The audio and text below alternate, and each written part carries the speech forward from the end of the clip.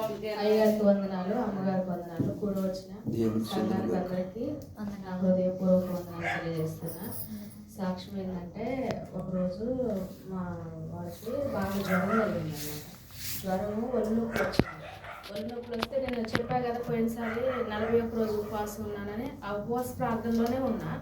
అయితే ఈ అన్ఎక్స్పెక్టెడ్గా ఏమైందంటే, ఈ కుడి చెయ్యి, ఈ కుడికాలు బాగా నొప్పి వస్తుంది అంటున్నాడు, లెగనివ్వట్లేదు. అది ఈ చెయ్యి, ఈ కాలు అసలు లేవనియట్లేదమ్మా, ఏంటి ఇట్లా వస్తుంది అనేసి అన్నాడు.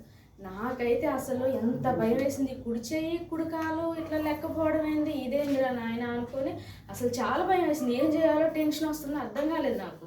అర్థం కాకపోతే వెంటనే వెళ్ళి ముందు రూమ్లోకి వెళ్ళి తలుపులు వేసుకుని 1000 స్తుతులు చెల్లించి ప్రభువా ఏంటి అసలు ఇట్లా ఈ కుడి చెయ్యండి, కుడి కాలేంది అనేసి అసలు వణుకొచ్చేసింది నాకు. ఇక ఆ డే నుంచి నేను ఎప్పుడైతే మోకరించి ప్రార్థన చేశానో మళ్ళీ నెక్స్ట్ డే ఆ టైం వరకు ఉపవాసం ఉన్నాను. ఉపవాసం ఉన్న తర్వాత అడిగాను, బావ ఎట్లుందంటే జ్వరం కూడా లేదమ్మా, భలే తగ్గిపోయింది, ఈ పెయిన్ కూడా ఏమీ లేదు అనేసి అన్నాడు.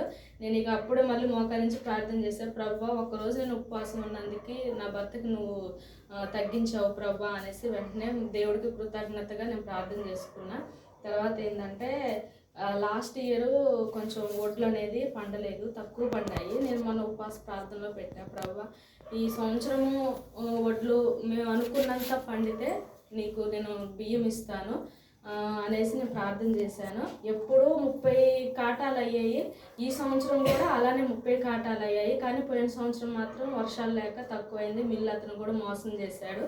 ఇక ఈ సంవత్సరం మాత్రం మంచిగా అయింది. ఈ సంవత్సరం మంచిగా అయ్యాయి అంటే దేవుడి కృపే, అది దేవుడి కృప వాళ్ళ ఎడలో ఉంది. కాబట్టి నేను ప్రార్థన చేసిన మావయ్య కూడా అసలు ప్రార్థన చేస్తూనే ఉన్నారు. వ్యవసాయం గురించి, వడ్ల గురించి, ఇంట్లో ప్రాబ్లమ్స్ గురించి ప్రార్థన చేస్తూనే ఉన్నారు.